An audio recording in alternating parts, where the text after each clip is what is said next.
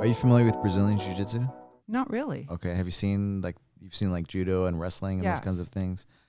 I mean, just one of the things that just I think about is Brazilian Jiu-Jitsu. Okay, people come in, they're maybe timid, they're shy, and it goes from like little kids to adults, and then they start to get good and they start to win, and it really changes them.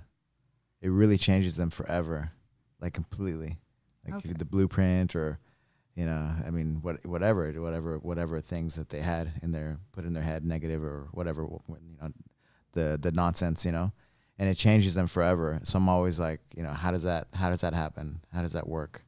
And that's why I find it very interesting to see, because I mean, really in a way, it's similar, right? Psychology and all these different things, right? Yes. Like we had a black belt psychologist who's pretty successful guy, and he would we talked about how when you're an adult, like people that do jiu-jitsu, they feel like they're young, and then he started to talk to me about how when you're a kid, everything's in the now, and as we Right. get older, you're either in the future or in the present. You're never like in the now. And so when you train jiu-jitsu, for example, like somebody else is trying to choke you or get you in like a submission hold, where you tap out. Yes. It kind of brings you to the present moment, and so it kind of brings you back in a way to your childhood. And I don't know if that's why those changes happen, right? It could be. I mean, what happens as you get older and you have more experiences, your monkey mind. You have a monkey mind. So you're not able to be in the present unless you allow yourself to be. Because your mind is always telling you, you shouldn't have done that. Oh, why did you do that? Oh, you should do this. Or whatever you're thinking about is in your head all the time. And Right. you have to quiet the voices Right. and just say, hey, I'm going to give you 15 minutes later. You can talk to me. But right now, I need to be in this moment. It's interesting. I think maybe because of the it's like a meditative state, right? That when you train, because you're not thinking about anything else. You're in the moment because somebody else is trying to choke you or Right. get you in a submission hold. Yeah. So you're like totally like immersed in what you're doing. And so maybe that's what you're able to, you're able to get in that moment and make those changes. That's why that happens, huh? It's very hard to do because you have to be very present. And we're so busy with The monkey mind telling day-to-day you. nonsense. Yeah. You're thinking about should I pick up my dry cleaning? Oh my gosh, I'm late, whatever. Or, in some way disappointing someone. Instead of saying, I'm here right now, I need to focus. It's very hard to do that. And in order to do that, you have to know every part of yourself and be able to be okay with it. Because a lot of people are not.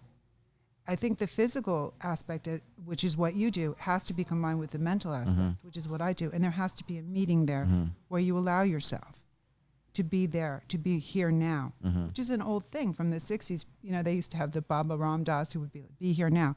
It's so true. It's really hard for thousands us. of years old, right? The Buddhist monks that started Thousands. jiu-jitsu. Yeah. Oh, yes. I don't know a These lot ancient about yoga, that. ancient practices. But it's There's the a reason same why thing. they did it. Yeah. Yeah. You just have to be present. And if you're present, it's very hard to do. There's so much stimulus, especially for kids.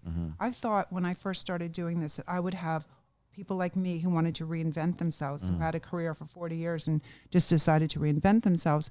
And I realized that it's a lot of younger people that are lost because of all of the things that are going on and the stress, and they're overwhelmed. Social media, just different things to Social media is so hard. It's pull you so in different hard directions. because when you're looking for likes, you're looking for validation, and you need to be looking to yourself for validation. Because if you know who you are, then no one can tell you who you are. So if someone says to you, you're an idiot, you can say, you know what, I'm not, and just move on, But it's hard to get there. So I guess like my question again is how do you make that change? How does that change occur in the person? You have to look inside yourself and Okay. make decisions and choices about yourself. So I guess could you explain the process? Yeah, when I meet with someone, the first thing I say to them is, tell me about yourself. And they talk about themselves, and that's people's favorite subject. So they start to talk about themselves, and I'm listening. Listening is really important. Yeah. And so once you realize what they have to say, they start to form a solution themselves just by talking about it. I don't think people spend the time listening. And when you listen to someone talking about themselves, they're actually talking to themselves. And you find that it's a sort of synergy between the two of you. And then you can sort of shift the way they're looking at it and maybe offer them a new way. Because when you're inside yourself, like, you're not actually present with yourself because your monkey mind is telling you, oh my God, like, did you turn the stove off? You know, when you're talking about it and I'm listening to you, I'm devoting all my attention to you. You're devoting all your attention to you too. And usually between the two of us, we can find another way to look at things. And that's the shifting part of it. And then you can let go of the things. They're like stones in your pocket. I remember reading a story about that. You know, this guy was trying to walk up a hill and he couldn't. His pockets were heavy with these stones. And his friend said to him, why don't you just take the stones out of your pocket? It'd be a lot easier to walk up the hill. He said, I just never thought of it.